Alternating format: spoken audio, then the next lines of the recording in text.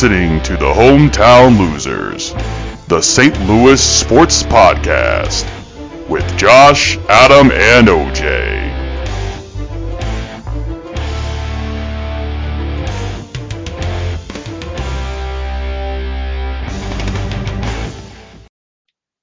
Hey everybody, welcome back here to the Hometown Losers Podcast. This is session number 16. I'm joined as always here by OJ and Adam. Gentlemen, how are we doing today on this very gloomy Thursday?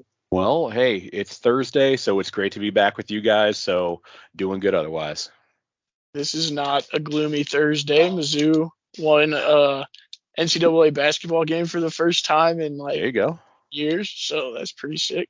That does make for a good NCAA March Madness Tournament basketball game. Yeah. What's wrong?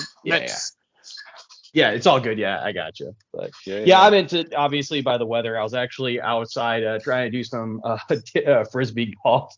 It was like, we're going to try to get this 9-hole course that's right next to my house. We're going to try to get this in right before the rain comes in. And so we were just finishing up on hole number 9. We're like, rain's going to hold off. It's sprinkling a little bit, but we'll be fine. Let's run it back. So we start walking back to the first hole because it's just a 9-hole course. Going to play through again, and all of a sudden here comes St. Louis weather, just start pouring out of nowhere. We're like, all right, we're not going to do this. And open up the pit, and that was it. So, by the time I even got home, though, it stopped raining completely. I was like, really? All right, that's how it goes. About right. Yeah, but it did continue to rain. It's actually raining out here right now, Adam. I know that you're. Oh yeah. We're all kind of spread out. I just drove through it just a little bit ago, and of course, it was raining all the way home, and then now it stopped. So I'm like, that's how it goes. So, but I'm hopeful that that it's going to be decent weather here pretty soon. So springtime's literally, I think, next week. So, which means more spring sports as well. So. Obviously, baseball's right around the corner here in damn near 2 weeks. We're going to be, we got opening day for the Cardinals. So looking forward to that. We're going to it's going to be crazy. Literally the 2nd of April, we're going to have Cardinals game, a Blues game, a Battlehawks game, a St. Louis City SC game. And we all of the sports all at one time. It's going to be an overload. It's going to be awesome. Yeah, only a few of those games are going to really matter here. Because speaking of the Blues here, we are currently holding the 8th overall pick. So we actually, since last time we talked last week in session 15, we were holding the 9th or 10th because we were tied. It just depends on which projection you were looking at. But we are the clear-cut pick right now for the 8th overall. We now currently have a 6% chance at the first overall pick in the lottery. That is a 1% chance increase since last week. So hopefully we can continue to lose. Well, I was going to say, so those games actually are important because obviously if we continue to lose, then their odds will increase. So these games are important in that sense as well. 100%. Sure. So it's that's why I was pissed about the game that we ended up winning against freaking the Blue Jackets. I was like, of all damn games, win. Why? It's like, oh man, guys, gotta lose. It's that's one game we absolutely need to tank on. Tank Columbus. Okay, not at this point of the year. I'm just saying, they have too far of a lead, honestly. But at least it increases our odds, though. That's all. Yeah, OJ, and that's a good point because, really, when you take a look at it, Columbus, I mean, there is a chance that we could surpass Columbus, so to speak, or Columbus could surpass us in points. That would be the more accurate term. But it's going to be really tough. I mean, there's not that many games left really in the season.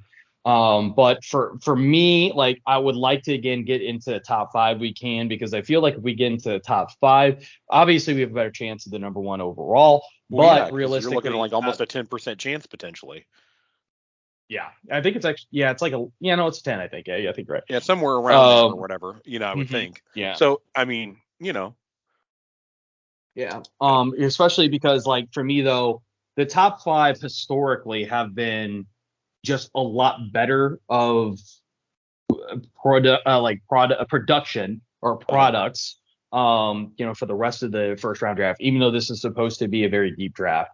It's going to be interesting to see what's going on. And it's going to be very interesting to see if Army makes any deals, during the draft, because we do have the 3 first round picks. You know what I mean? Might be able to trade up for sure. I definitely think his preference is to make a trade because I think he would.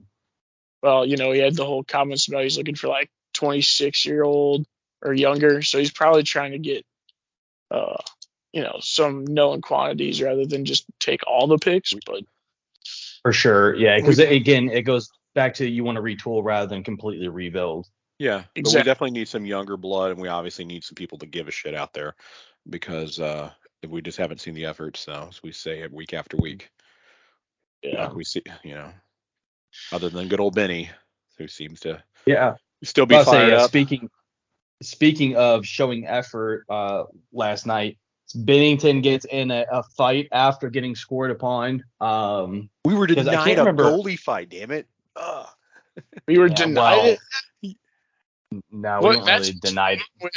We were denied a goalie fight because the fact is the linesman pulled them away. That's my point. The only reason why Fleury came out, though, was the fact that the linesmen were already on Binnnington. But I'm just saying, Binnnington could have came after. But I'm telling you, if they wouldn't have pulled back Binnnington, he would have went after him. Well, yeah, why wouldn't he have?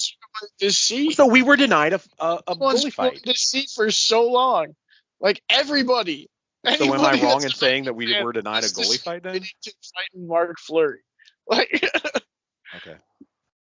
I mean, yes and no, because Adam, the reason why I say no is because let's say Binnnington wasn't like wrapped up, the linesman went for somebody else in the scrum, so to speak, and like Binnnington was just kind of pulled away by like a teammate or something like that. I do not at all believe Fleury would have skated out at all. I think he would have stayed right where he was at. I think the only reason why he went out is because he recognized he wasn't going to have to fight. He was going out there, essentially being like, oh, look at me, I'm bad. Like, I will fight, but he's never fought in his life. You know what I mean, kind of thing. So I don't know, but because weren't you also saying, Adam, too, that he was mic'd up and was saying something specifically about how? So he specifically went out there and said, let's do this to Binnnington. And then they pulled him back, and that's when he actually started to try to get a little bit closer. But at that point, Binnnington was already, basically being pulled back by the linesman at that point, basically saying that there's no altercation going to happen here. We're going to prevent it from happening. We'll get in between you two for sure. And then Fleury said, oh, well, never mind. He's like, oh, and then he said a really weird comment. He said something about his hair, like, oh, I don't like my hair. My hair's messed up or whatever. Comment, really strange. And then he's like, all right, fine, we'll let it go. But he said it would be really good, for the crowd or whatever. He did make that comment. Like, he was just looking at it more of a production value than an actual real fight, pretty much, than anything, I think. Sure. Well, yeah, should do his hair. That's crazy. He wasn't legitimately there to really fight. That's the point. Well, from what I've heard, he actually has said he wants to get in a fight before he retires. So he might actually. I mean, that might be, but he sure didn't seem fired up. That's all my point is that whenever he's out there mic'd up, he sure didn't seem like he was all riled up. Really not nearly as much as Binnnington does. That's for damn sure. Yeah, he might have tried to fight, but I'm just saying he didn't have a lot of passion for it. It's not like he went out there, hoping that for sure, he was all fired up for it. Yeah. He seemed very passive. Yeah, I mean, it definitely was. By the time he got down there, the ref had already had Binnnington for a minute, so it's like he's not gonna let him go to fight. So I can tell you that I've seen Fleury do something very similar to this when I was in Pittsburgh for a Pittsburgh game. It was the Penguins versus the Canadiens, and something happened where Carey Price was not very happy about a situation that happened. Wasn't on a goal or anything like that. I think it's something was just said. Some was said to him, and he took exception, right? So he went over there and started some trouble. Carey Price is already getting wrapped up and pushed away and stuff like that by teammates. And here comes Marc-Andre Fleury onto the middle of the ice, throws down his gloves and mask, and stands in the middle of the ice like, come on, bro, come at me. Obviously, the entire crowd is going nuts because they want to see this goalie fight. Well, everything was already over. Literally, by the time he got there, the lineman turned around and goes, really? And went over and talked to him. Was like, no, this is not happening. So I've seen this before where, he's like, I want to fight. But it's like, dude, then why are you showing up super late? You know what I mean? But that's just my opinion because I've seen it before. You know what I I mean? think the main thing here is obviously since that was turns out to be a bunch of nothing. It was more the fact that Binnnington obviously definitely threw a blow to Hartman, and his head is for sure. Hartman, that's who it was. Yeah, and he Yeah. got a 2-game suspension for it. He did. He got a 2-game suspension for that. So that was originally I think he was assessed a 5-minute major on that, and then I think a suspension. Yeah, and then he got the 2-game suspension after the review today. So yeah, I think one would have been sufficient. Well, I think I was expecting 1 game. I'll be honest with you, I really thought it was going to be a 1-game suspension for real. I was a little surprised it was 2, but it is what it is. But from my understanding, he did get him with his blocker. Yeah, I mean the fact is that Hartman did kind of go after him, at least after I saw what he was trying to do. Obviously, he was going over to celebrate, but at the same time, he did clip him, and so it's like when he was going by. And I kind of think he did it accidental on purpose, to tell you. Yeah, it kind of looked like it to me. Over and over again, it's like he had plenty of time to see him and stop what he was doing. So I understand Binnnington going after him for sure. Yeah, it was fun to watch him just drop him too. He did though. That's pretty true. But man, he made it count. That's for sure. Yeah, for sure. I rewatched the angle, and Hartman sees him coming, and you can see Hartman almost go what? What are you gonna do? And then just gets knocked the hell out, falls straight down. That was pretty priceless to see. I'm not gonna lie. Yeah, he just went straight down. But that was it. And I could be completely wrong too, but I thought that if you were assessed a game misconduct, that the reason why it would be a 2-game suspension is that one actually counts as the first game, that suspension. Oh, really? So he will. Oh, really? So that technically says that was the suspension. So he would only really have to serve one other game. Right. I think I could. And I could totally be wrong on that. Maybe that's something that's assessed in the first penalty, because this was at the end of the second period. And I said first penalty, but I meant first period. Yeah, period. This was because technically he did serve a suspension during the game in essence. So. Correct, yeah, and was thrown out of the game. So that could be. I don't know. I thought there was something. Yeah, otherwise it's technically because depending on when the penalty was assessed. I mean, in theory, if it was a 2 games on top of it, it happened in the first period, it was almost a 3-game, penalty or a 3-game suspension potentially, for something like that. That would suck. Well, let's hope that it's. We'll see. I haven't heard. I just heard obviously that they came out and said 2 games. So. Yeah. And OJ, you and I were talking a little bit about this game yesterday, and I was actually watching the World Baseball Classic. I was not watching the Blues game, but you kind of were telling me a little bit more about how you felt that the Blues weren't able to even get gritty at all because essentially the refs were coming down with the hammer on them and allowing the Wild kind of to do anything at all. You kind of want to touch on that a little bit, OJ? Yeah, it's felt like that for a while now, and not just even this year. It kind of feels like at some point after they won the Cup, the NHL was wanting to crack down even further on physical play. And it felt like any time the Blues started to get physical, they'd get hammered with a penalty. And so, I mean, even stuff that you could theoretically let go. You know what I mean? As soon as the Blues try to amp up the physical intensity whatsoever, it's okay, we're going to start calling ticky-tacky stuff. And it just makes it feel like it's hard for them to really play their style because, they used to have a very physical, aggressive style. Yeah, so it feels like an attempt to, fuck us over specifically. Well, and the thing that I will say about that too is I do believe that it just feels truthfully that a lot of the, let's just say, more physical playing styles are kind of going away. Like they're going the way of the dodo bird here, in that the NHL is trying to get more fast, more sleek plays and stuff like that, if that makes sense. And I don't know if there's been emphasis on that at all, or if it's just again we're trying to go for player safety. I'm not terribly too certain what it is, but it does feel that penalty minutes are up.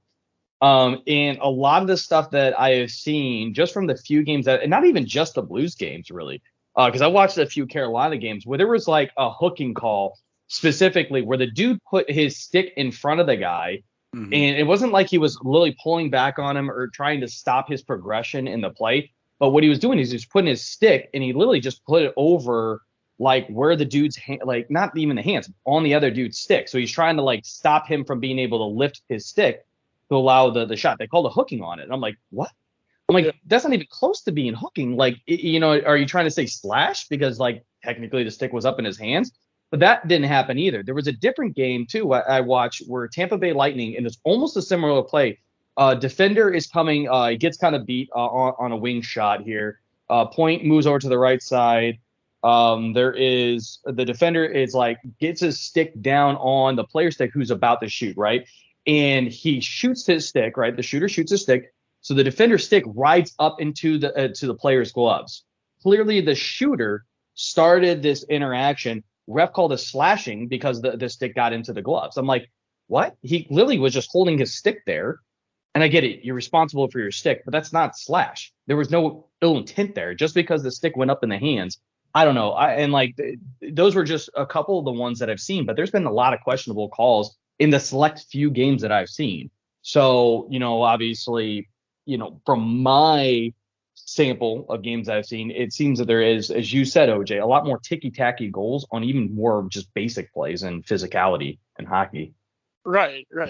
That's what it seems like to me. So I guess that's why Armstrong keeps drafting like speed, offense-oriented guys, and then Berube wants to put them to use he wants them to go bang bodies. Yeah. Yeah, I mean, like that's like Berube is a good coach, but maybe his style is just something that the NHL is not really going to allow very much. I don't know. I think he might have to adapt a little bit. I mean, but the thing is, you can still accomplish a lot of what you used to do without being physical, right? Right. Like you can still play good defense. You just have to go about it a different way. For sure. Totally makes sense. Adam, were you going to say something to this? I just was going to say the irony, though, is yesterday, I don't know if you knew, but Ric Flair was actually in the house and actually was reading the starting lineup for the Blues. And I'm thinking, here it is. We're talking about not wanting to be physical yet. We got Ric Flair representing the Blues yesterday in the house while we're literally about to have a potential goalie fight on the ice. I'm thinking, man, what are the odds? So what are the odds? What are the odds? So anyway. Wow. So, yeah, it is what it is. The Blues, continue to lose. And that's actually what we wanted to see right now. I mean, well, we don't really want to see it, but obviously we want to increase our odds. Exactly. Don't want to see it, but we want the better chance, obviously. We do. We want the better chance because at this point, they can lose while not watching. How about that? Yeah, they're not. I'm not watching right now because obviously, to me, the season's over. So let's just hope for a better, shoot for a better draft picks at this point. So it is what it is. More entertaining things to watch. Thankfully, I've got some other sports to be watching right now. So we have a lot of other sports that are going on. To me, there is some interesting stuff to watch. I mean, Jakub Vrana, he keeps scoring. Like that looks like a nice little thing if he keeps it up. I watch highlights still, and I'll watch the condensed games. I won't watch a full game anymore just because it hurts too much. Yeah. But to your point, OJ, like Verana is coming out with something to prove, and his positioning has been absolutely excellent, and that goes a long way when you're trying to play on the wing. He just seems to be. It does seem like he's Johnny in the spot, but it's not. It's literally positioning. And I think that he's potentially going to be able to get bigger minutes next year. We don't know, obviously, what we're going to look like after the draft and, if any trades are made before the training camp and stuff like that. But I think that if things kind of stay apples to apples, he's going to see some second line minutes. He might even see first line minutes. The way he's been playing, he's got something to prove, and I like it a lot. And he's playing with a lot of pride, which is something that I think we've all been talking about. We need more on the team. Absolutely. 100%. Well, let's get to something that, again, one of the other sports that has been more, let's just say, entertaining. The Blues sub 500 World Baseball Classic is wrapped up its group play and has gone to the quarterfinals here. So out of the results here, Group A, it was Cuba winning the group and Italy being up in the secondary. Now, secondary. They were the runners up in the group. And I think We all had the Netherlands and Panama. Totally bombed that one. Yeah. Netherlands were 2-0, lost their next two games, and went down on the tiebreaker, which is crazy. Couldn't not believe that, after such a start like that. And especially because Cuba was 0-2. Yeah, and then just completely flipped it around. So I guess they were listening. Yeah. They're like, we don't want to be in Group B, I believe we all had Japan and Korea as like the two stronger baseball nations out of that group. Japan went to win it. They were 4-0 and perfect, but it wasn't Korea. Korea really did not do well. It was Australia that got the second out of that. Adam, you were going to say something?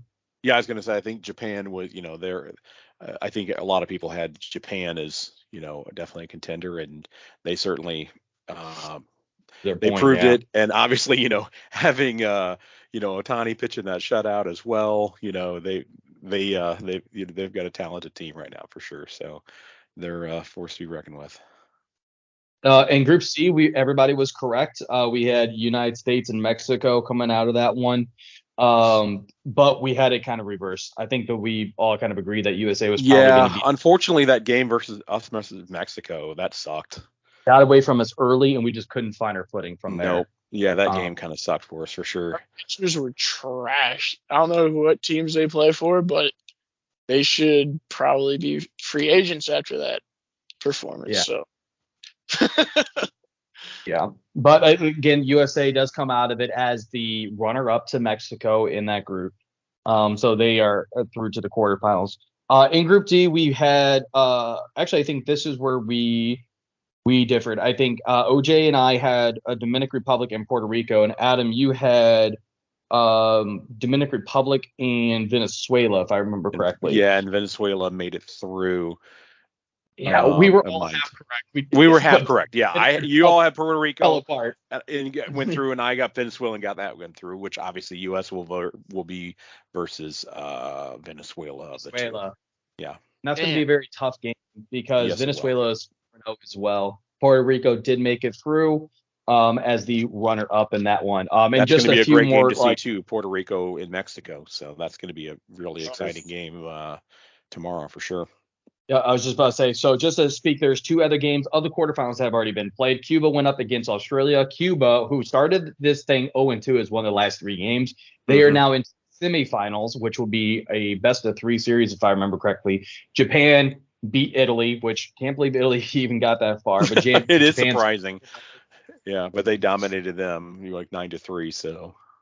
Yeah, and as you mentioned, Adam, you have Puerto Rico versus Mexico tomorrow. Going to be an incredibly. That's going to be a really good game. I want to see that game for sure. Yes, and then Saturday we have U.S. versus Venezuela, and again we are the away team. So that's all the results that have been done so far here. But I'm just going to let's talk about how USA has done so far, right? I have some stats here that we'll go through, but I want to just kind of get your overall feelings of like what you've seen so far and how you feel that the USA team is doing. OJ, let's start with you. What are your feelings on this USA team in the WBC? Well, I mean, it's pretty much the same as it was originally. They got a killer lineup and their pitching needs a lot of work. It would be really nice if we had some American pitchers with the testicular fortitude to pitch for their country, rather than just trying to preserve their arms for their paycheck. So, and there is things about that. Like Clayton Kershaw, for example, was actually slated to be on the roster, but it wasn't even, he wanted to play. It was insurance. So legitimately the Dodgers insurance, because of his injury history and his quote unquote advanced age, would not allow him to play. So it was really the Dodgers. That is so wrong. That's so wrong. That's a problem with our country if we're allowing someone. It's like we don't give a shit about representing our country, so we're just more concerned about this. And it's like that's shitty. I mean, I understand that an all-star game because it's like but it's like, come on now, we haven't had one of these for like 6 freaking years. Come on, let the dude pitch. Play for your national pride. Absolutely. Yeah, it's more important to represent your country than it is your club. I'm sorry, but sure. That's the thing that I will say 100%. that they get right in football, like soccer worldwide. Once the World Cup comes around, every club in the entire world, including MLS, goes on hold. They know that all their players, if they are selected, are going to go play. Now, there are a few games that they have that continue on, stuff like that, but most of the time they're friendlies or they're just expedition matches and stuff like that. They're not actual like league matches and stuff like that, because essentially they know that everyone's going to get picked, but you got to kind of keep those guys, fit and healthy and stuff. Sure. But they know, like Real Madrid, 90% of their roster is going to be representing some country because they're so damn good. You know what I mean? Yeah. Same thing with like Arsenal. And as they should, and those guys should show up and represent their country, like you said, OJ. I 100% agree with that. So, but we have a great lineup, going back to, what you were saying before. I agree. Our lineup is stellar. We don't have to worry about that, with Goldschmidt and Arenado, and Trey Turner, and Mookie Betts and Mike Trout. These guys, we've got a great lineup for sure. It's just that, unfortunately, we couldn't find any decent pitching, unfortunately. So it is what it is. It's not over. Standouts. It's not over. I'm not saying it's impossible. We still have a shot, but if we would have been able to lock down some solid pitching, this would have been a no-brainer. But like now, I would feel like Japan would be the favorite between the two of us. It's like, damn it, Ohtani, why couldn't you play for us? I mean, I get it. Dude, obviously, he wanted to play for Japan. Like, but damn it, why couldn't you play for Team USA? Team USA is kind of finding its stride. And like I noticed, I don't think they played like McNeil in the last game, for instance, which so I think they're starting to make some adjustments to their roster based on who's hitting and who's not. Yeah. So get Pete Alonso up out. Yep. Yeah, that's actually. I'm going to go through this real quick, guys.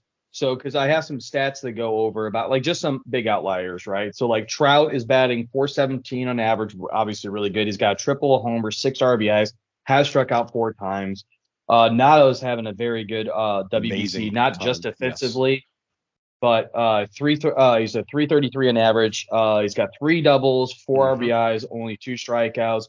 Goldschmidt is 273 on average. He's got a double, 6 walks. He's been incredible with his eye and his patience. He does have 2 strikeouts. But to your point, OJ, Jeff McNeil, 1 for 8 so far. And then my biggest one is Pete Alonso, the quote-unquote power bat that he brought in to be your DH. He's 0 for 9 with 4 fucking strikeouts. Really? Like, yeah. Tim Anderson's been playing pretty good and stuff too, but to me, there's only 2 pitchers that stand out really well. That's Lance Lynn and Waino. Waino was okay. He obviously had a very shaky start, but it's just classic Waino. He gives up a run in like the first inning. He did. He gave up that first home run right away in the first inning, and then he started to kind of get his nerves back in check for sure. But I was a little nervous though for him. I saw that he gave up that home run in the first inning. I was like, shit, here we go. But it seemed like he was still pitching and he was still finding the strike zone. And he was still throwing curveballs like we've been seeing for the past 20 years. Still, the guy still got it, believe it or not, for being like 41 years old. So yeah. What's his? It's just, he's not going to be able to go as long, obviously. But obviously in the WBC, that is a little different from my understanding anyway. Those guys have a tendency to share that role from a little bit more. So they have a pitch count. Yeah. And so that's great and that really honestly is good for a Waino for sure, because he can deliver that for sure. Because obviously you leave him in longer, he's going to start getting tired, Well, the 65 for the first round, but in the finals, it's going to be up to 90 pitches. You know what I mean? For starting pitcher. Yeah. Sorry. Yeah. I was thinking. Yeah, but so Waino pitched 4 innings and gave up 5 hits, 1 run, and struck out 4. So I mean that's pretty good. Obviously, that is pretty good, honestly. Yeah. Some 4 strikeouts. Yeah. His ERA doesn't. Go on, OJ. Oh, I was just about to ask what his ERA is. Yeah, 2.25, which I don't think is necessarily really like. I don't think that's. I think it should like because he only pitched the 4 innings. You know what I mean? I think it should be lower. It is what it is. He gave up the 1 run on the home run, but that's it. Yeah, that was in the first inning. So Exactly. Was able to And he pitch out looks of danger. pretty solid after that, honestly. Yeah. I mean, Yeah. 2.25 is a ERA, so he's pitching well. Limited. I tell you he shook it off pretty well. Yeah. Yeah. Who has looked really good to me is Lance Lynn. Lance Lynn looked incredibly in control. He only gave up the 1 run, but he in 5 innings gave up 1 run, again a homer, 2 hits, gave up 2 hits and 5 runs, 6 strikeouts, ERA 1.8.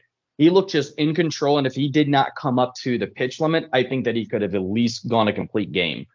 He just looked very dialed in the entire time. Him and Tim Anderson, yeah. They pitched that. That was a crazy game. Oh my God, where we got actually run limited or whatever. I would be all for getting Lance Lynn back at some point. I agree. Because how wrong was everybody? They're like, oh, he's a guy who only throws fastballs. He's gonna be terrible when he gets old. He's still and the dude's 35 and still doing great. So fastballs. He's like, what's the dude in Southbound Down or Eastbound and Down? Who's that guy? Danny McBride's character. Oh my God. Yeah, I should know this. Powers. Yeah, Kenny Powers. That's it. Yeah, Kenny Powers. Yeah, he's like him. He still just throws fastballs. And the thing about it too, OJ, their demeanors are almost the same. Obviously, you don't know what Lance Lynn is sitting out there, you're just cursing out everybody. But they both have the mean mug and I'm so much better than you. Yeah. It's just kind of funny. Yeah. I would love to see Lance Lynn come out with a giant mullet and some aviators. Oh hell yeah. Oh, who's he playing for this year? White Sox. Still on the White Sox. Damn. No. Well, hopefully we can maybe acquire him. Yeah, he's still got I think 2 or 3 years left on that contract. I don't know if the Cardinals necessarily go after that due to the fact that he's obviously a little older, but super also old. too yeah. I'm sorry. Super old now. Yeah. Yeah, it's 35. Yeah. So by the time that he's finishing up that contract, if he's saying it's 2 or 3 years, yeah, he'll be getting close to 40. So. And I think it's a little too rich right now too. You know what I mean? Yeah. So, well, the Cardinals have shown up in the World Baseball Classic for sure. We've already talked about Nado. We talked about goalie and Waino. Newt has had a pretty good World Baseball Classic. He's batting .368, 3 ribbies. He's got 4 walks. He does have 5 strikeouts, though. He's been a lot of miss. Now, the weird thing about it is Japan obviously does have the number 1 offense when you look at the metrics in the WBC right now, but they also have a lot of strikeouts. That's seems how they're getting out. They're either hitting the ball safely or they're striking out. It's kind of crazy. But go ahead. He probably had a ton of at bats so far, because they've scored so many runs that he has to be getting 5-6 at bats a game. So he's probably more strikeouts than some of the other guys. Yeah, for his strikeout ratio is going to be probably average, if not below, because I think he's gotten 20 something at bats in 4 games. Generally doesn't strike out very much, so I wouldn't expect to be higher strikeout guys, but who knows? Yeah. Yeah, he's had 19 at bats in 5 games so far. I just looked. So yeah.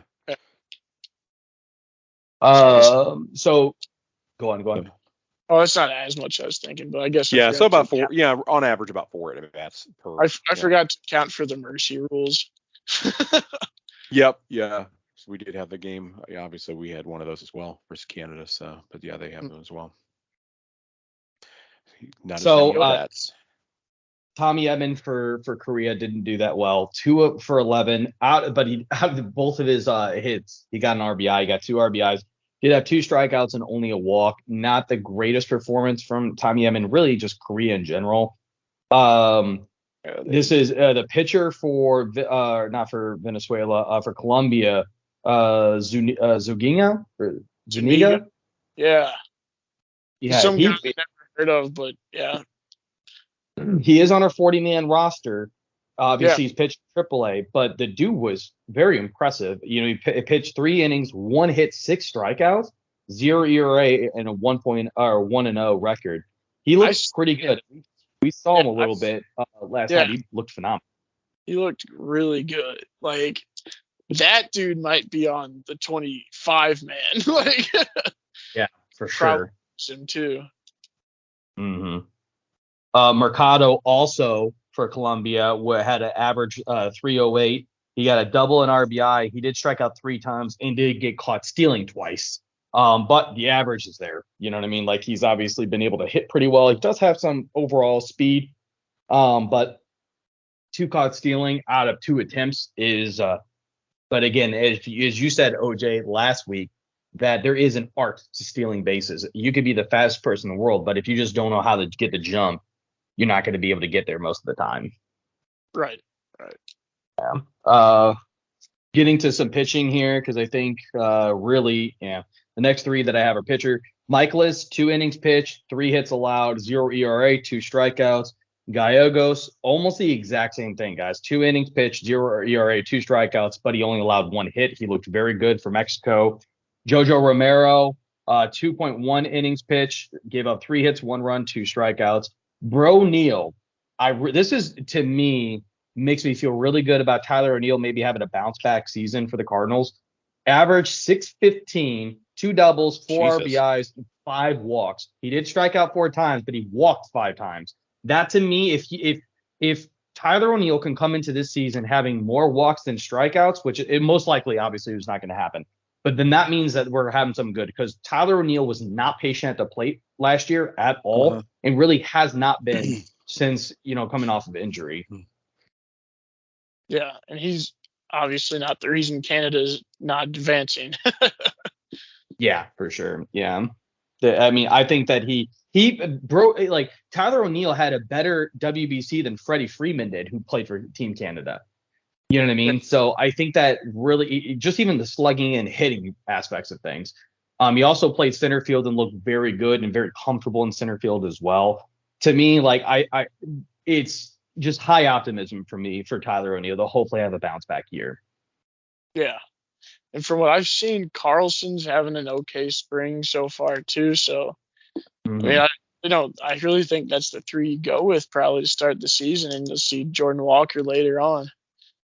Yeah, that is for sure. I mean, I think that Walker has done enough where it's just too hard to ignore. But you obviously have, right, you're going to have to give the people that have been there the start. But once injuries happen, hopefully you don't have them, but once injuries happen, that's whenever he gets his chance you'll as have well. This guy, exactly right, yeah. And or then even give him a day, give somebody a day off as well. Let him slide in. I also saw somebody mention that you could go with, since you have basically 3 people capable of playing center field, you could go with a 4-man outfield rotation. And that way they'd all get a lot of time, but it would be less than a normal center fielder's workload, obviously, or outfielder period. But you could keep them all on the roster that way. Yeah, and I think that's a good point too, because you can have that rotation and kind of ride the hot hand, so to speak. Right. I just do believe it's going to be. It's just hard, and I don't envy Marmol at all for what the choices he's going to have to make as well, because he's going to make somebody unhappy. Yeah. Whether that's some fans for the Cardinals or players. I think it's going to be obviously both. I mean, you can't start 4 people for 3 positions. You know what I mean? But I don't know. I think that it's going to be. I don't know. We kind of talked about this a lot for the past couple of weeks. Is Walker going to be able to get there? But I just don't think you can overrule Carlson or a Tyler O'Neill, especially Tyler O'Neill, who's now looks like he's going to be on a comeback. You know what I mean? I just don't think that you can give him that chance for the starting roster, so to speak. No. Well, exactly, because the way they've all been going this spring, none of those 3 have done anything to lose their spot. And since they've actually played in the majors, if anything, they have more reason to be on the team than Jordan Walker does, because he hasn't even played at AAA yet. Exactly. Even though he's been stellar this spring, and I can't wait to see him come up, I think you got to give the other 3 their shot first. I 100% agree with you at this point. Yeah, I mean, it couldn't hurt to like have Walker at least spend some time working on outfield routes and shit like that anyway, you know? And I think that's where really, to me, we know that the hitting's there. It's just going to be the fielding and getting comfortable. But to Adam's point, I think that could be where we could definitely have him cycle in just for maybe a few games if injuries happen, stuff like that. Let him go out there and shag a few balls and get the big league experience and get that out of the way too. You know, without the pressure of okay, you know, hey, it's your position now. Go for it. Yeah, but obviously, you know, give those guys, you know, give somebody a day off and let them get, you know, take a shot. You know, there's not I don't think that's an issue. You know, just letting him slide in there and give him a shot and just see how he's doing. You know, so at least that way it feels that he feels like he's getting a fair, you know, shake at as well. He knows obviously, you know, he might not be in a starting position. However, he at least knows that they're thinking of him. You know, and worst case scenario, he might be able to slide in there, but at least that will give us the confidence that we know that that Walker is the right guy, that if worst case scenario, you know, that we have to rely on him. Right. All right, guys. Well, let's go ahead and get to one of the biggest things that's going on right now, and that is college basketball. March Madness is upon us now. And we have our brackets filled out. So I'm going to go ahead and pull these up here because for anybody that didn't listen to last session last week, we decided that we're going to have a little fun for bragging rights here, and each of us are going to fill out a bracket, and we are going to do a point system based on the wins, essentially from there. So essentially, if you get one right in the first round, if you pick the team to win the first round, you get 1 point. If you pick a team to win in the second round, 2 points, and then 3 points, so on and so forth. If you pick the winner, you get 10 points. So obviously, there's a lot on the line there. Let's go ahead and take a look at some of the brackets here. Do we have a volunteer that wants to go first? Or do you guys want me to go first? I don't really care either way. Go through real quick. You can go ahead. I have them here. Yeah, I was gonna say I can pull up mine. That's no problem. Go ahead. All right. So taking a look at it, Adam, you in your in your Elite Eight, we can just kind of start from there. You have Alabama, Utah State, which Utah State lost to Mizzou. So that definitely hurt you. Houston and Texas, which Texas just won. Houston, I think, is actually playing right now. They just tipped off not terribly too long ago. So you have one win there, 2 wins because Alabama won as well. You also have Tennessee, Kentucky, and then you have UConn and UCLA. Your final four: Alabama and Tennessee, Houston and UCLA. You have Houston beating UCLA, Tennessee over Alabama, and then you have Houston winning it all. Right now, you have a total of 4 points in the round of 64. Because I ended up picking Alabama, San Diego, Kansas, and Arkansas. I think were the 4 that I ended up getting right, and then obviously you picked West Virginia over Maryland. Maryland won that one. Yeah. You had Virginia over Furman, which I think everybody did. Most of the country did, yeah. Virginia won. Yeah. You had Arizona over Princeton. I mean, shame on you. Shame on me and literally 99.9% of everybody else. So sorry, everybody, but your brackets are busted already. Pretty much. But I did surprisingly, if you look at the round of 32, I did have Arizona though quickly being basically a quick exit for Arizona in the round of 32, having them lose against Utah State. However, it looks like it was even quicker exit for both of them. So anyway, so yeah, I should have went with Mizzou. My gut said stick with it, but unfortunately, I just didn't feel like we have the luck, but apparently we do. So we have better luck than Arizona. That's for damn sure. Yeah, and better skill at this point. So yeah. You also had, and this is probably just because they haven't been confirmed just yet here. So Auburn beat Iowa, Duke beat Oral Roberts. That has not come up yet for the points, so it probably just hasn't been like 100% confirmed on the website. Gotcha. And Texas over Colgate, and then Boise or over Northwestern over Boise State. Those two just went final. So actually, I'm going to try refreshing this real quick. Okay. And seeing if it updates your points. So you're higher than 4 points for sure. Yeah, technically post. Yeah, and let me double check. Because I just don't know how far behind this is, but seems super far. Say it again. It seems like it's super far behind. It's saying we all still have the same points right now. Yeah. So we'll keep a track of that, but really you're closer to like 7 or 8 points right now. Yeah. There we go. I'm just trying to like go with it. Manually go with it for sure. Yeah. For sure. All right. OJ, you want to go next or you want me to? I guess I could go next. Let me pull up my bracket here.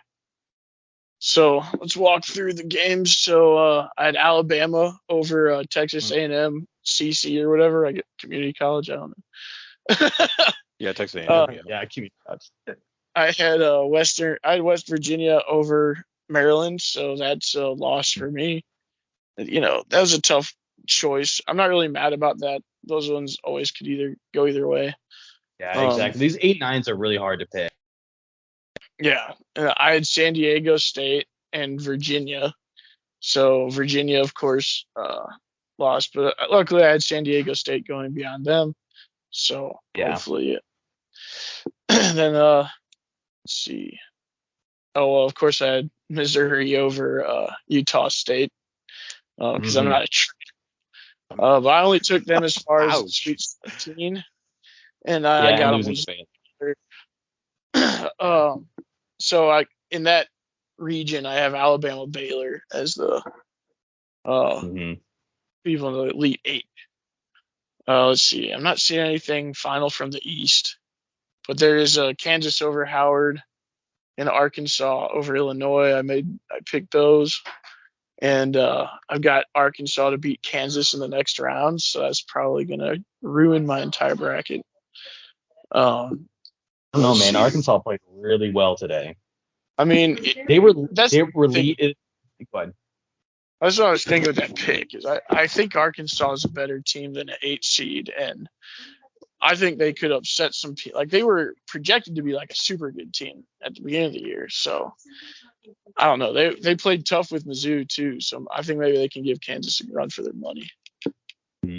The thing is, I chose Illinois in my bracket because Arkansas has issues closing out games. And you saw that. They were up by 25 at one point over Illinois. Illinois cut it down to 5 points, had the ball and and just made a really bad play. And Arkansas was able to take it away and pretty much, ice the game from there, end up winning by 10. But to me, it was pretty scary to see. You know what I mean? If you're an Arkansas fan, at least. Sure. But that's also why I didn't pick Illinois, because I just think they're not a very good team. I saw us play some teams that I've seen Mizzou play, it gives me a much better idea, like a much better feel for them. So like Arkansas, I have respect for it. I felt like they played a good game. Illinois, I feel like they're weak. They probably shouldn't have been as highly seeded as they were. So that's why I went Arkansas. But yeah, so I'm finger crossed they beat Kansas tomorrow. That would be excellent. Or I guess next game, Saturday, I suppose. And then let's see, what other games were there, Josh? Oh, Auburn. I had them over Miami or over Iowa, I think. Yeah, Iowa. And then, this layout's kind of screwing me up a little bit. For some reason. Yeah, they've got the edges of the rounds closer together than the teams that are actually playing each other. But then let's see. I had Indiana. So I got Indiana and Miami. So Miami over Drake, Indiana over Kent State. Let's see. Has anyone else played so far? Texas A&M maybe? Have they played? No, they have not played. You had Boise State over Northwestern. Northwestern won that game. You did have Texas over Colgate. Texas ended up winning that game as well. That did go to final. You had Duke over Oral Roberts. That game, got you a point for sure. And you already talked about the Auburn one. So actually, and I'm taking a look at this right now with your bracket. You're currently sitting at 8 points. This thing is really far behind because it only shows you with 5 points. But you have actual 8 points right now. Just saying. That sounds like Sweet. so OJ and I are tied then for the time being. No, I think you have 7 points. 7. Adam. Okay. Gotcha. Yeah, I'm about to literally go through real quick and Sure. double do my discount double check for you. Discount double check. All right. Yeah. Yeah, because you got 1.2 points there you got 1 point for the Alabama, you got 1 point for San Diego State. You had Auburn winning, so that one did not go final. So that's going to be one added on. So that'll be your 5th point there. This one over. Let's see. You got Texas, which also didn't show up, so that's at 6 points. That's Kansas and Arkansas. Okay, so there's your other 2 that you're missing on that. Okay, so then you had Northwestern. Okay, so that's your 7th point there. And then you had Duke, so that's 8 points there. So you are currently tied with OJ. Yeah, that's what you're saying, 8 and 8. So cool. We'll see how long that lives, obviously, but yeah. Obviously we've got a couple more games that we're waiting on finals for. For sure. OJ, who'd you have in your Final Four, and who'd you have as your champ? So my Final Four are Alabama, Purdue, and sorry, hold up. I'm looking at your bracket. Let me go back.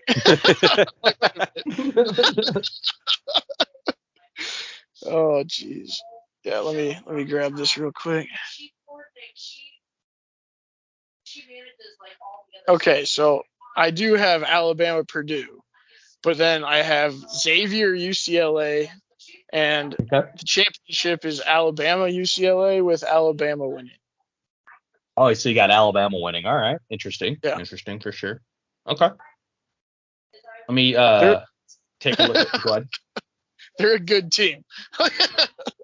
They're a good team as long as they're not shooting people in the parking lot. But anyways, touche. Gonna say I don't think those guys are publicly. I was gonna say those guys are their fans are publicly advertising that. So I'm just saying we're not on t-shirts right now. Who I thought would win the tournament. I wasn't asked about anything else. You're not lying. This is not a popularity contest, unfortunately. Right. It is definitely not. Give me 1 second. I'm actually just kind of tabulating my scores real quick. While you're doing that, I wanted to give you a stat here. So as we're rounding up we're only halfway through the round of 64, I guess, and there's 0.0063% of perfect brackets remaining. There you go. Yeah. So I'm surprised. All right, so left. I'm really surprised too. And that's just saying though that's the first day of the first round. Yeah, isn't that crazy? First day, everyo's brackets busted. Everybody. That tends to happen every year. Yeah. Generator and just generate like a million brackets. Just submit all of them. Like the guy that's trying to buy all the freaking Powerball tickets or whatever, Yeah. Exactly. I mean, I'd have to figure out what platform to use and all that. I think that would be billions. I don't even know how many that would require, but the odds of a perfect bracket are 1 in. I don't even know what that number is.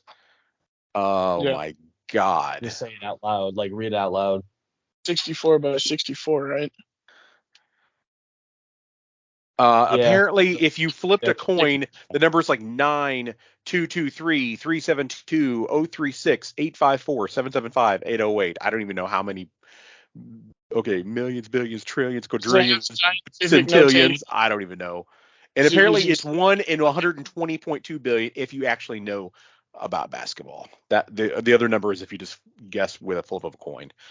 if you actually know something about basketball, it's 1 in 120 billion. So still, you have better odds of winning, the freaking lottery. So, skill still matters. Skill still matters. It's better than flipping a coin. You're right. Because the odds of that are like, I don't even know what that is. Speaking of skills, let's take a look at my bracket here. And guarantee it's not doing nearly as it's well. not So perfect. you guys are tied with 8 points. You guys are tied with 8 points. I have 6. So I'm not doing that. Oh, that's not too bad. No, it's really not that far behind. I was gonna say it's still very early. And the other thing too is I don't have a lot of the teams that I have lost on. I don't have them going down. Except Arizona, which I had Arizona unfortunately going all the way to the Elite Eight. Yeah. So that definitely hurt. I mean, I thought that I chose Baylor over Arizona, but I guess I didn't. That doesn't make any sense. So in our podcast bracket, I must have, and I'll take it. It's not a big deal. I must have hit the wrong button because in my the one that I submitted to essentially it's like an ESPN thing. It's not ESPN, but it's essentially a thing like that where you can try to get the best bracket. I have Baylor going to the Elite Eight, so I must have just accidentally hit Arizona. It's not a big deal. But anyways. Yeah, I have Alabama. I had West Virginia. I had San Diego State, and then I had Virginia. Then I had Missouri facing off against Arizona. I had Texas winning. They won, obviously. I did have Iowa over Auburn. Auburn won. I had Kansas, and then I had Illinois instead of Arkansas. Arkansas obviously won that one. And then I had Duke winning over Oral Roberts. That obviously happened as well. So my Elite Eight. So out of the South, I have Alabama versus Arizona. Obviously, Arizona's already out, so I'm really hurting on that one. I have Houston versus Xavier, and then I have St. Mary's versus UCLA. In the West, on the East, I have Purdue versus Kansas State. My Elite Final Four, Alabama versus Purdue. Houston versus UCLA. I have Purdue over Alabama. I have Houston over UCLA, and so in the championship, Purdue versus Houston, and I have Purdue winning it all. Truthfully, I'm not super confident about it. Purdue always seems to find a way to really fuck shit up. But they're the kind of lovable losers, and they had a very good season this year. So it's I'll pick them. Although I do feel that Houston could easily be the champ this season for sure. That's what I have. Yeah. I think I picked Houston getting knocked off after the Sweet 16. In the Sweet 16, it got knocked off for me. Yeah. There's something about and I have that. Purdue getting knocked out in the 16.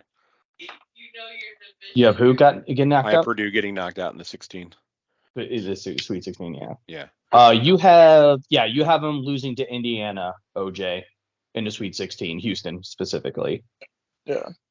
Yeah, something about them. I just feel like they're a team that can lose when they should, Yeah, for sure. What I'll do too is I'll start. I probably won't do it here for this podcast or whatever, but we'll put it to the socials. Maybe just get an update on our Twitter and our Facebook. What we need to do for our current points, for you guys are tied with 8 and I have 6. Well, what's our max point? You know what I mean? What's the max that we possibly can get and stuff like that. I just have to kind of go through and manually tabulate that stuff, but I can figure that one out. I think that my total max points that I could potentially get are going to be way worse than you guys, specifically because of I chose Arizona to go into Elite Eight, and that already is and obviously, I obviously instead of going with Arizona, I went with Utah, so that obviously screwed me too. On going up to the Sweet 16. So for us in the South, we both got screwed, at least when it came to that, unfortunately. So OJ definitely has the hand. He sort of has the upper hand here when it comes to that, for sure. Yeah, for sure. You went with Arizona, I went with Utah. I'm about to have Kansas drop off in the round of the round of 32. So yeah. That's good. So I probably won't last long. We'll see, man. That's the fun thing about doing this stuff. I actually read out a forum that someone's like, can we just do this 4 times a year for basketball and be done with it? I'm like, I honestly, I kind of want to do that. I think it'd be a lot more fun than what they do for the regular season stuff. And it's like these games that you just don't really care about or they don't necessarily matter. Obviously they do, but it just March Madness is so much fun. You know what I mean? But if you were doing this constantly, then it wouldn't be as much fun either, probably. So right, too much of a good thing. Exactly. Yeah, exactly. Not sitting down to fill out a packet 4 times a year, I tell you that much. Right, exactly. Well, it's good. It's gonna be fun though to watch what can end up obviously happening out of the March Madness. We'll get more clear on some of the winners and stuff like that, and because we also didn't get to see all the teams yet, obviously, as March Madness just started today. By next week, we will be into the beginning of the second weekend, so we will start to see some of the teams that are going to go from the Sweet 16 into the Elite Eight and so on and so forth. So we'll have a better picture of what the teams are. So I think that next session we'll probably preview, hey, out of the 16 teams that are remaining, who do like we can rank them? You know what I mean? Essentially, who do you think is going to be like in that top 5 and go from there? Yeah, because it's still very early. I mean, it's only been 10 hours since it technically has kicked off, so we've got we got a while to go for sure. So speculation obviously is all we can base it off of at the time, but we'll have to see how the rest of the it goes. So true. Oh, hey, you see what we did, Adam, for our tiebreak points? Did we tie? Yeah. Or we tied on the tie. We both in 130. That's funny. Yeah, dude. Oh, dude, that's hilarious. It was actually funny. So when I looked at the tiebreaker, I thought that was like just a thing put in because I didn't see it. It changed when I was looking at your 2 brackets, and all of a sudden I'm like, wait, no, I have 159. I'm like, oh wait, hold on. You guys picked the exact same number. That's crazy. Yeah, that is kind of crazy. Yeah.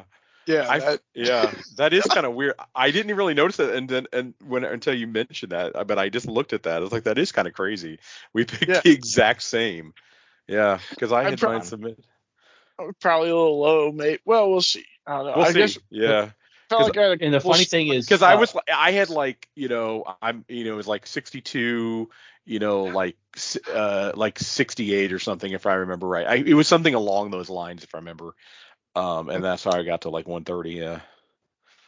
Yeah. I was like probably less than 70 points aside. That's what I was going with. Yeah.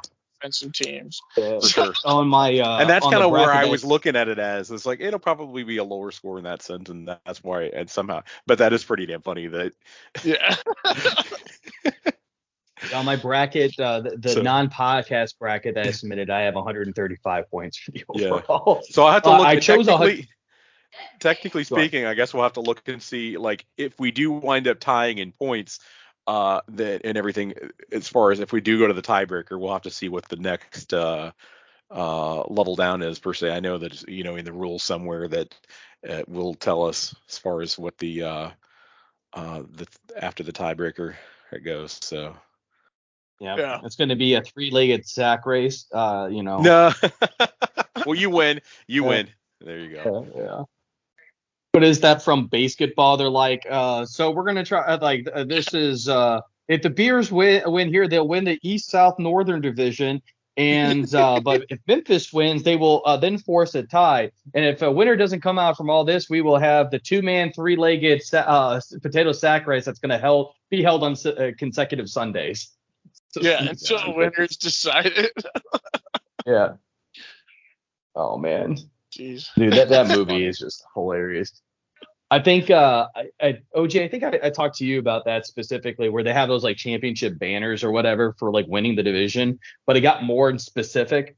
Like each and every single year, like the first year was like the East Western division winners, and the next one was like East Central West division. Then the next one was like western side of Michigan, and then like the last one was like the winner between 56th and 14th Street. Something so stupid. I'm like, that's hilarious. Yeah, I got more specific every time. Yeah, that's pretty good. Yeah. Anyways, let's talk some Battlehawks, guys. So coming off of a very big win in our home opener, huge, blowing huge out home the opener. Sold out. 38,010 if I remember in attendance. It was incredible. 38,610 people. 610. Okay, my bad. Yeah. It was pretty ridiculous on the number of people there. I honestly thought, and Adam, since we were at the game, you can correct me. I thought there was more people than that. It felt like there was 50,000 people. It certainly did, and I think a lot of it was the noise. Straight up, they measured it to be like 110 decibels for quite a long time. In fact, a lot of people were posting their Apple Watches. I guess it must have like a notification when you're at like a really loud event or something to take a break every so often. It was like people were registering on their watches like, hey, we're registering 110 decibels or whatever. You will have severe hearing impairment after 30 minutes of this. And I'm thinking, well, surprisingly, I didn't have any hearing impairment. It was just more my voice the next morning. Obviously, because but it was a good time. It was definitely shot, but the fans were definitely into it. We were so excited that the Battlehawks finally had their home opener after 4 weeks in. Obviously, we were eager for football here in St. Louis. It's been over 1,000 days before we've had a freaking football game in that dome, so long overdue. Actually trying to look up the decibel record if I can find it. Give me 1 second. Like decibel record in general, like ever? No. I know that was 142 at Arrowhead. I'm talking about for the dome specifically. Oh yeah. That is a good question. They had fucking playoff football there. That shit was probably so fucking loud. Well, I'm sure, but I just don't know what it is. You know what I mean? We need to find out because we're going to break it, is what he's saying. They probably wrote it. Probably measure it back in those days, huh? Yeah, maybe not. I don't know. Yeah. But yeah, it was a good time. Obviously, this coming Saturday was going to be against our rivals. Holy crap! Okay, so this to me is absolutely crazily insane. Okay. So back in 2003. For the Rams, this is when it was for the quote unquote Edward Jones Dome, because that's obviously what it was called before. That's when the record was set for the Edward Jones Dome. It was 125.8. 125. So to put that in perspective, we were only 15 off, and that was with a crowd of 65,000 people. Oh wow! So that was literally a crowd of double what we had. Yeah. Yeah, because we had 38,600. Don't forget that decibels are by orders of magnitude or something. I forget exactly what it is, but 1 decibel higher is actually a lot more than what it sounds like. I don't know. Well, no, I know it is, right? It's a decent difference, is what I'm saying. But regardless, though, you know what I mean? It's still obviously, Yeah, and you are 100% right on that, OJ. But just comparing that, though, just for comparison, it was loud. In fact, it was very loud. In fact, it was so loud that they were going to, the silent, silent count and whatnot as well. They DC, or I'm sorry, they had to. So Arlington, yeah. I was already talking about Week 5, but anyway, yeah, Arlington had to go to silent count because it was so loud. It's beautiful, man. I miss seeing that kind of stuff in St. Louis. Yep. Yeah, for sure. Right. So yeah, it was a good game. Go ahead. So let's just do it this way because this is going to be a little bit easier. I'm just trying to do some quick math. And I think I did this completely wrong, actually. But what I was trying to do was trying to break down the percentage, essentially, what we could potentially have achieved at, if we had sold out the dome completely, at the 65,000 people. So give me a second. Yeah, see, I did the math completely wrong. I don't know. But I was just kind of curious on, you know what? Hold on. I think I just did it wrong. I'm going to try to just round this up to 126,000 or 126 divided by, 66,000 people, right? So that breaks down to a ridiculously small number. And I guess that would be the decimal per person, right? So that makes sense. And so then we're going to do the exact same thing. It was 110. I know what we got up to, right? That was what was being reported, right? Yeah, at least 110 is what I was what I was saying. Yep. Mm-hmm. Yeah, that's what I remember reading as well. So, all right. So breaking this down per person, right?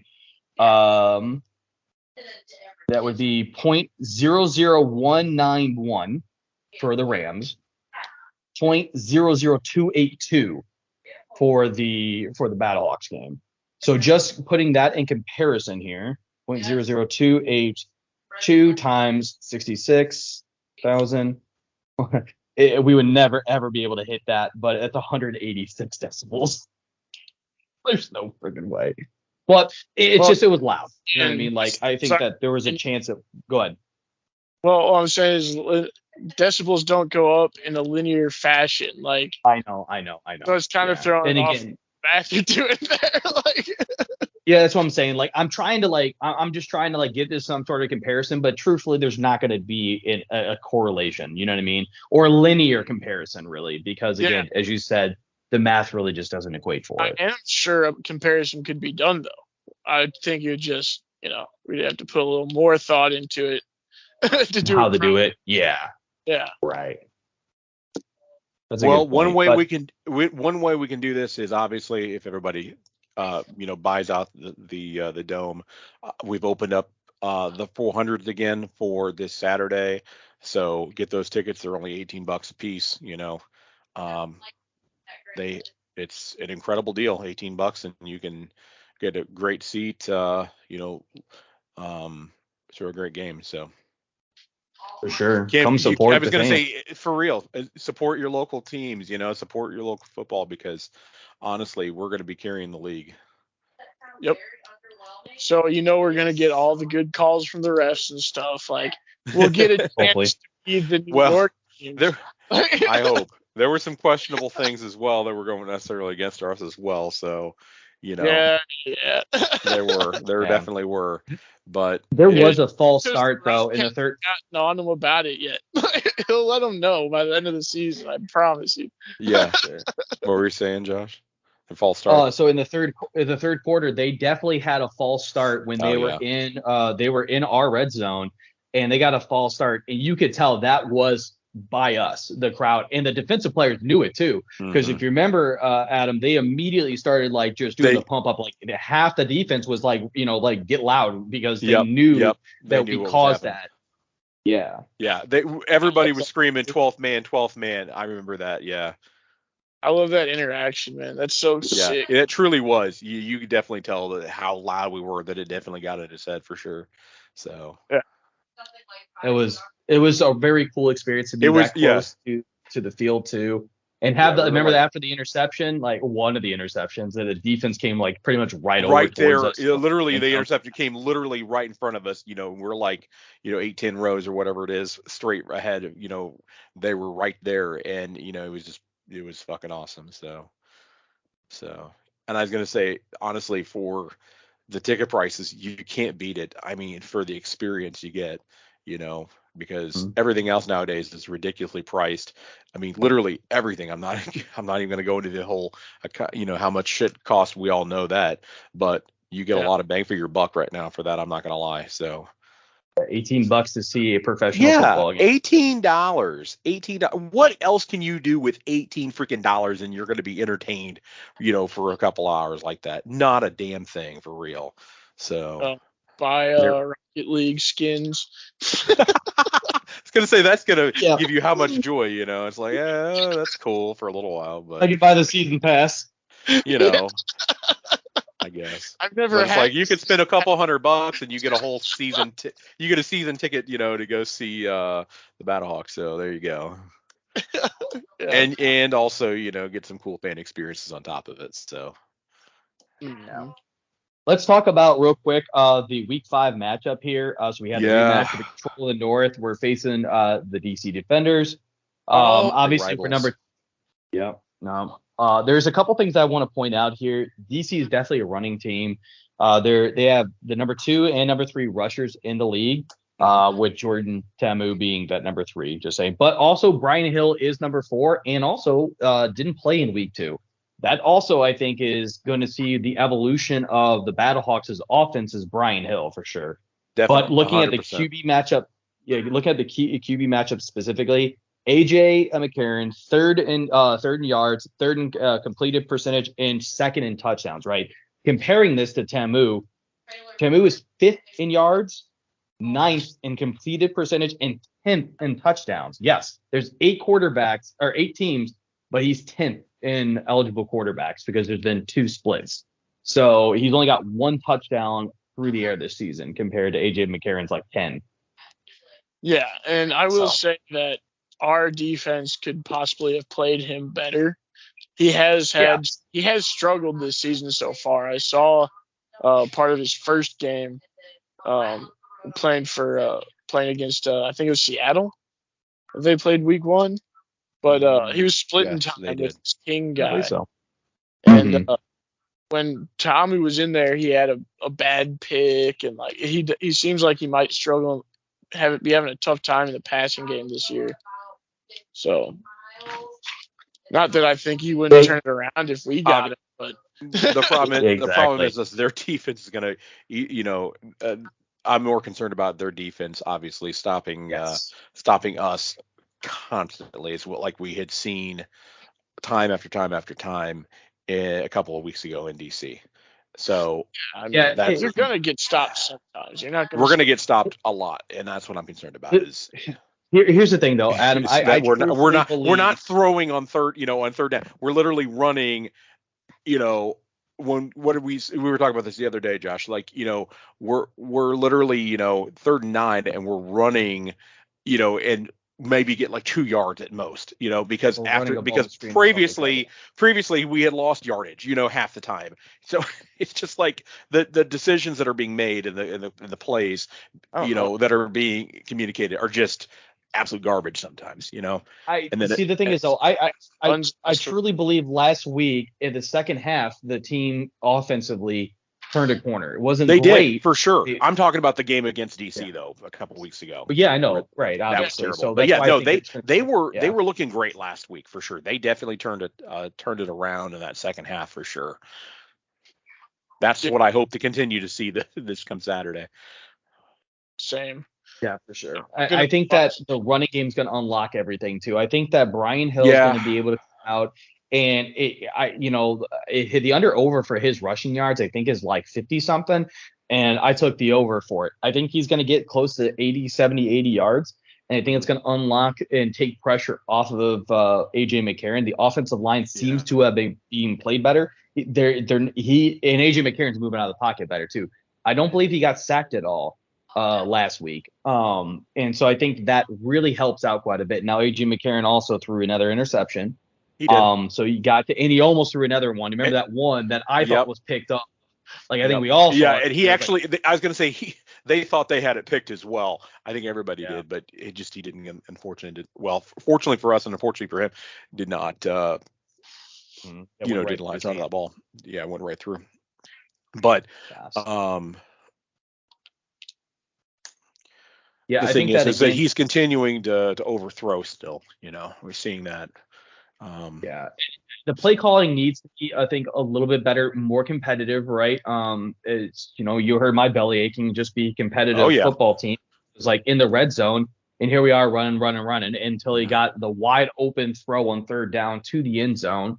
But again, that stuff will happen, but hopefully we have now gotten a better stride. Our defense has been carrying us, I think, this year so far. And, we're going to be hitting that halfway point and can kind of look in the rearview mirror and just say, okay, so what needs to change for the second half? What went well for the first half? What needs to change for the second half of the season, right? So. Right. I mean, honestly, we are 3-1. We could be a fan of the Vegas Vipers or the Orlando Guardians, but we're a fan of the Battlehawks, and we're going to win this league this first year. Yeah, I agree. I think that we have the chance to be able to do it. And to me, once it gets to crunch time, that's where the experience comes out. That's to me, and we've seen that twice already with AJ McCarron specifically, and almost a third time, kind of, not really. But he seems to play better though when everything is crunch time. And I think that, again, it just comes with the experience. Yeah, that's my favorite quality of a player. Yeah.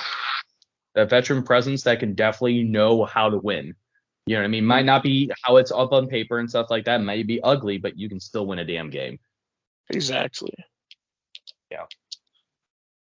So, all right, gents. It was great talking to you again this week. We'll see, obviously, how or what keeps going on here with the March Madness and stuff, and hopefully we'll come back with another Battlehawk win on Saturday, and hopefully I'll get some autographs from Austin Prohl. I'm actually in the point where I can't wait for the Battlehawks. I'm looking forward to it. Hey, it's come down, OJ. You gotta come down for real. $18, dude.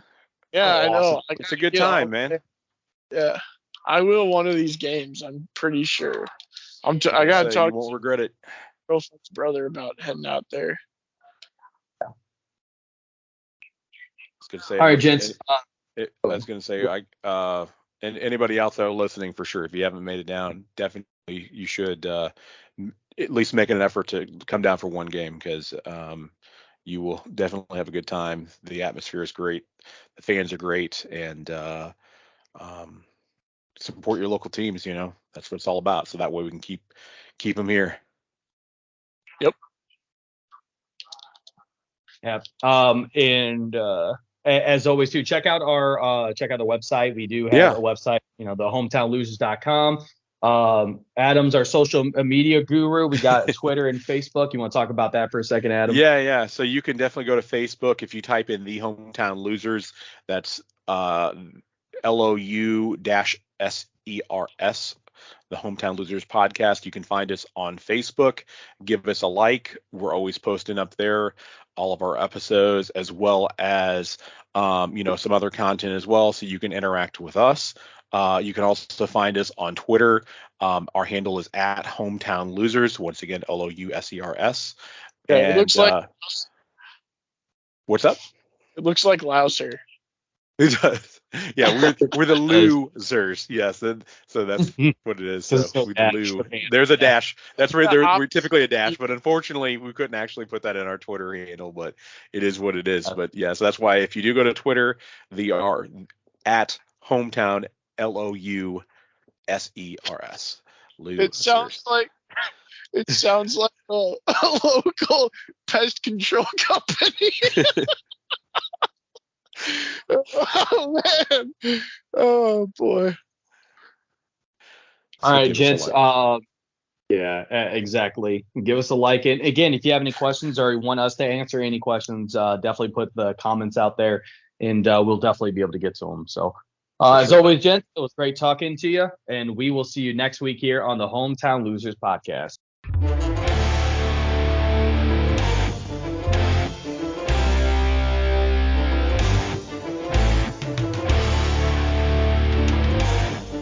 Hey, this is Josh. Thanks for checking out and tuning in to the Hometown Losers podcast. Check us out next week as we continue our silliness and talk a little bit about the St. Louis sports scene. Catch you next week.